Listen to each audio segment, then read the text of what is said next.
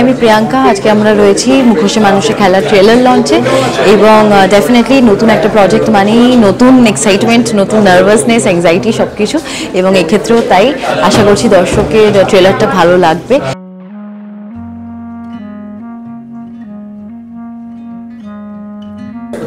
গল্পটা খুব ভালো এবং একটু থ্রিলার গল্প, মুখোশে মানুষের খেলা। এখানে আমি আমার নিজস্ব যে কাজ চাকরি করি তারই একটা সিনিয়র রোলে আছি এবং কাজ করে খুব আনন্দ পেয়েছি। এই ছবিটা কিন্তু খুব ভালো হবে এবং এতে থ্রিলার গোছে শুরু বললে হবে না, এর প্রতি পার্টেই এক একটা করে ছোট ছোট গল্প আছে। এইটা মিলিয়েই একটা থ্রিলারের গল্প এবং সেক্ষেত্রে প্রত্যেকটি লোকই যারা যারা অ্যাক্টার অ্যাক্ট্রেস, প্রিয়াঙ্কা আছে এবং অনেক জুনিয়র আর্টিস্টও আছে। Everybody was very cooperative and good, and the entire crew also supported us a lot.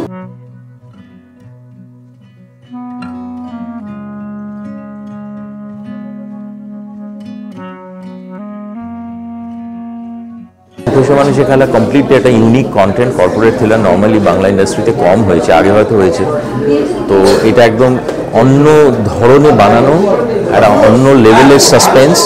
তো এটা অবশ্যই দর্শকদের ভালো লাগবে। আপনারা সবাই অবশ্যই সিনেমা হলে গিয়ে দেখবেন, দেখতে আসেন ছবিটা, অবশ্যই দেখতে আসবেন। একটু অন্য ধরনের, একটু অন্য টেস্টের ছবি এটা।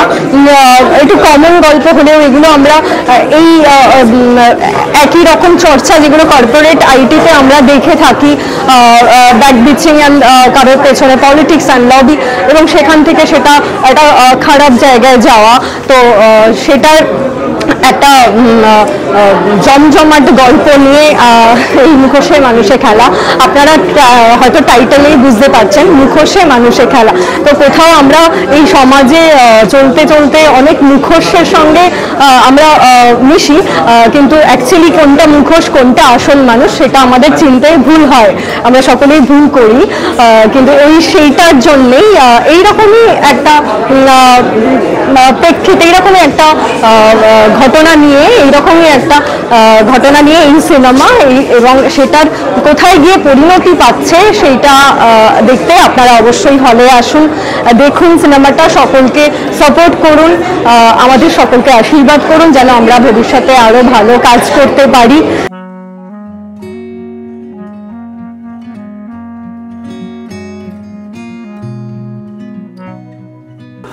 মুখোশে মানুষে খেলা বা ডার্ক মাইন্ড গেমস একটা অন্য ধরনের ছবি।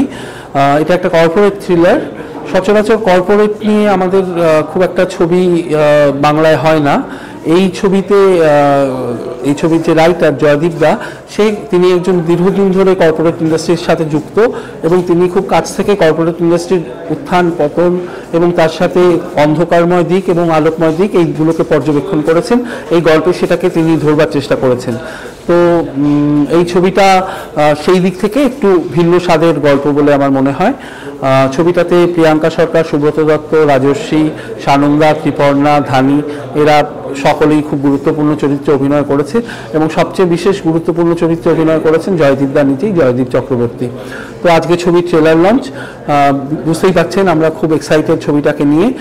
ছবিটা খুব শীঘ্রই 28 ফেব্রুয়ারি মুক্তি পাচ্ছে, এই নিয়ে আমরা খুব এক্সাইটেড।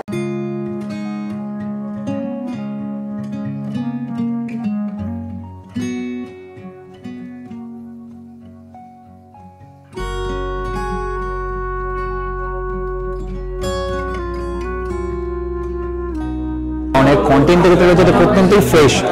আগে অনেক কর্পোরেট নিয়ে কাজ হয়েছে, বাট কর্পোরেট ক্রাইম থ্রিলার খুব একটা বেশি বাংলায় দেখা যায়নি।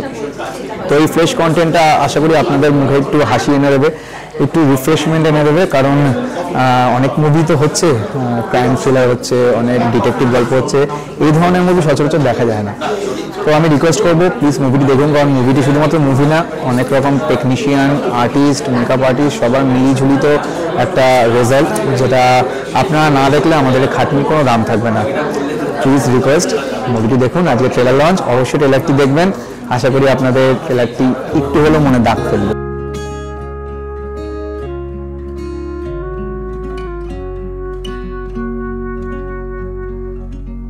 Just hope যে অডিয়েন্সের এই ফিল্মটা পছন্দ হোক, because this film is kind of new, অনেকটা অন্যরকম স্টোরি, যেটা হয়তো আজ অব্দি বাংলা সিনেমায় হয়নি কখনো এরকম story. and there's a lot of suspense in the story, so just hope the audience are bhalo lagbe. Thank you.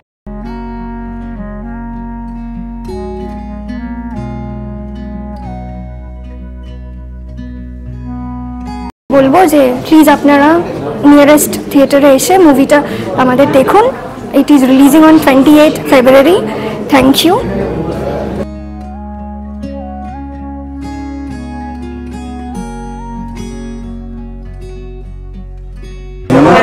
সিনেমাটা আমি দেখেছি, খুব ভালো লেগেছে, আশা করি আপনাদেরও ভালো লাগবে। 28 তারিখে রিলিজ হচ্ছে সিনেমা, তো থ্যাংক ইউ সবাইকে।